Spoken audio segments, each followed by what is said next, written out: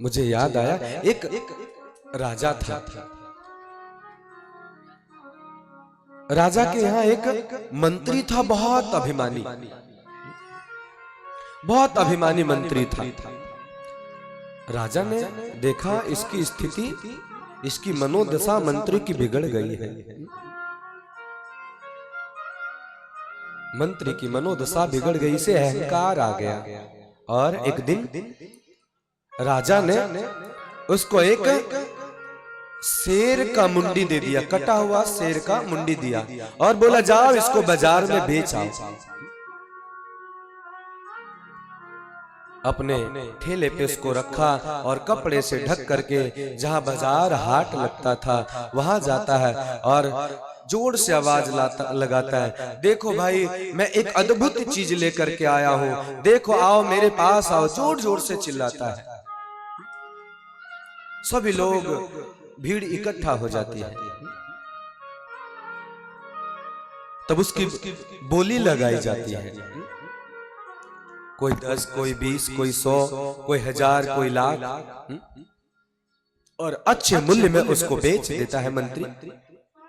और प्रसन्न होकर के राजा के पास आते हैं और राजा को प्रणाम करके जय जयकार करते, जय हो आपकी जय हो, आपने मुझे कितना मूल्यवान वस्तु दिया, आज मुझे बहुत सारा धन मिला है,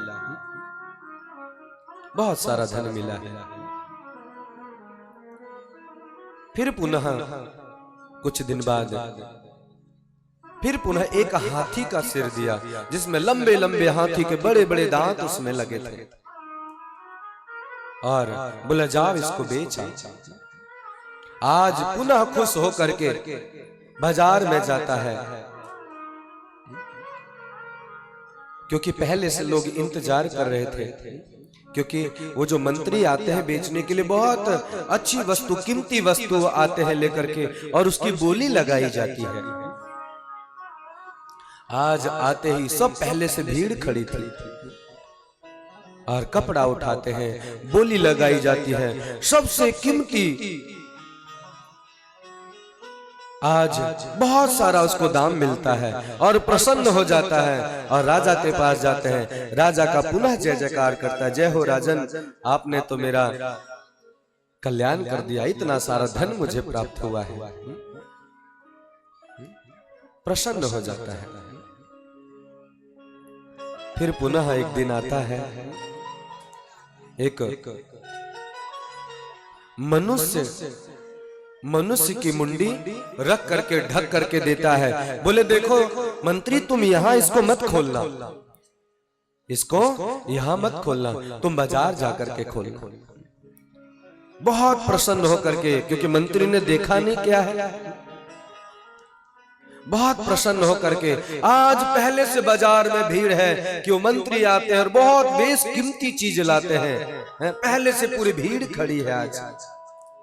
आज तो बिना वस्तु को देखे ही मूल्य लगाई जा रही है लाखों में।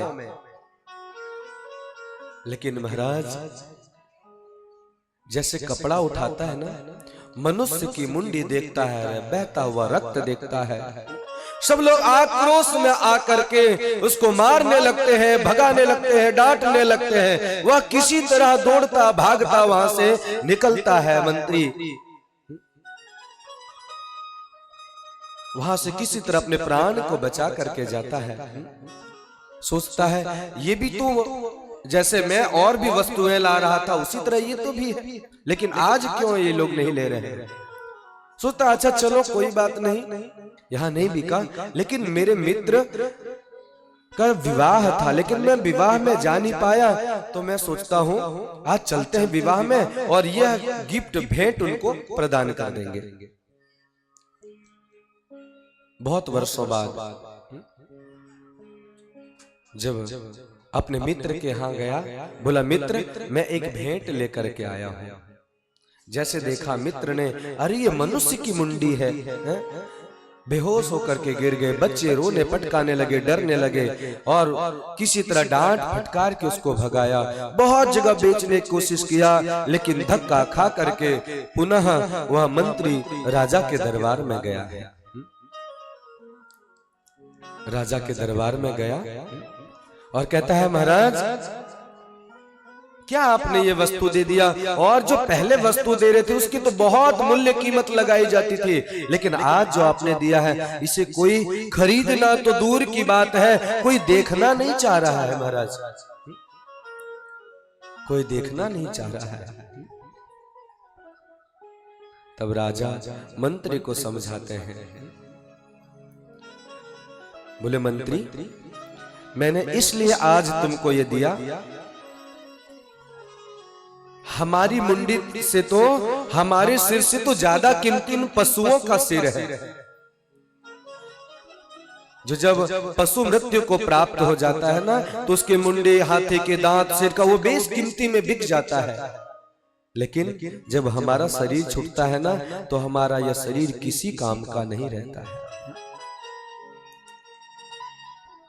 इसलिए यह शुद्ध तो तब होता है जब बड़ों का आदर, बड़ों का सम्मान और छोटों का आदर, भगवान के चरणों में जब हमारी मुंडी सिर झुकता है तभी हमारा इसमें कल्याण होता है और हमारा तभी सिर शुद्ध होता है। अभिमान से भरा मंत्री को समझ में आ गया कि मेरा, हम लोगों का तभी तक है जब तक हम जीवित हैं, मृत्यु के बाद तो एक दिन से 2 दिन तो घर में रखने वाले नहीं हैं। इसलिए हमारा कल्याण तभी है हम जब भगवान के चरणों में इसको झुकावे, हम इसको भगवान के चरणों में झुकावे।